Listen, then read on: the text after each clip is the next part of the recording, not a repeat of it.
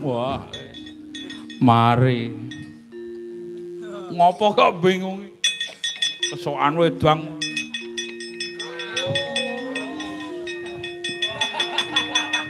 Wis ngerti dikira aku ngompol.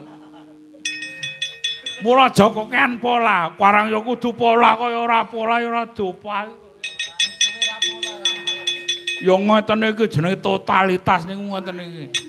Ayo ora usah kesokan wedang bareng mongko panas priwun iki.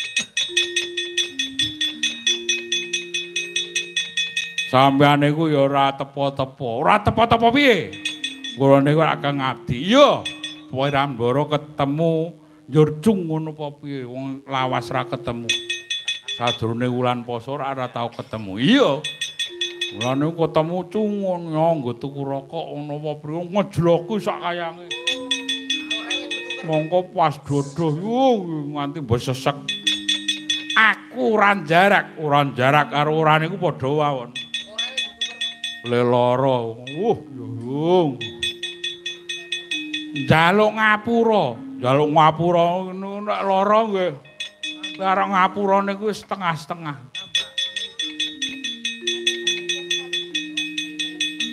Wong ora jarake aja dipaedo nggih pun nggih.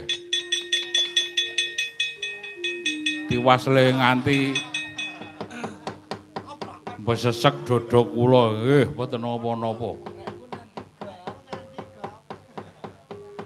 Ya nek wis neng ngapura karo aku wong wancine wanci becik. Ikhlas. Nek pancen ikhlas aku arep ngaku karo kowe. Ngaku napa? Rekmu tak jupuk.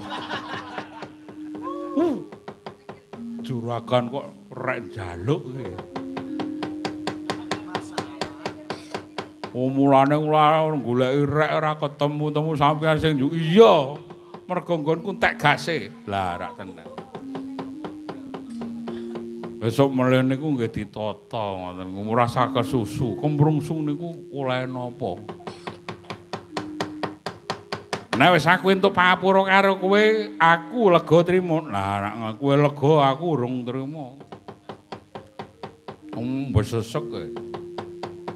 Tanding kalih sinten? Tanding karo satriya cilik kencelang-kenceling kenceng menteleng ndur aku tanpa kedhep jenenge Setyaki. Wah, niku satriya tanpa guru. Ning Sekti Mandraguna. Ampun mele sampean ratu buta gedhe. Niku mati tentangane Setyaki. Apa ngono? Iya. Lho kok ora basa? Oh iya lali. Ora apa-apa lah karo kanca dengkelmu loncat. Aku iki sesembahmu, sesembah niku nek ten Setinggil utawi ten Pasamuan Agung. Lah nek ten mriki nggih kabeh kanca, ora usah dipilah-pilih. Sing apik ngoten niku ora usah ndadak ningrat-ningratan. Ndak ketabrak motor. Sebabe lah ningratan.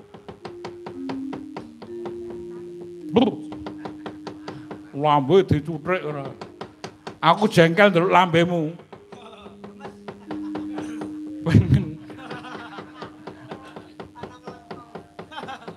Pengen dublak ngono lho. Nggih, sing baku sampeyan niku pun netepi wajib ngoten mawon. Yo, nek tanding Setyaki ngoten janjane niku nyawane tentangan kula. Padirupe Setyaki nang tanganmu. Nggih. Tangan kula niku kebak pengalaman patine Setyaki kalebet ten mriki. Nek ngono rasa dadak nganggo mengko saiki mangkato. Setyaki patenono, nek kula iso mateni Setyaki bayarku peken bengi iki. Wah, estu iya. Nggih. Kula patenane, maju kok. Iso mateni Setyaki tenan. Kekucahku bengi iki peken lenggah sing sekeca.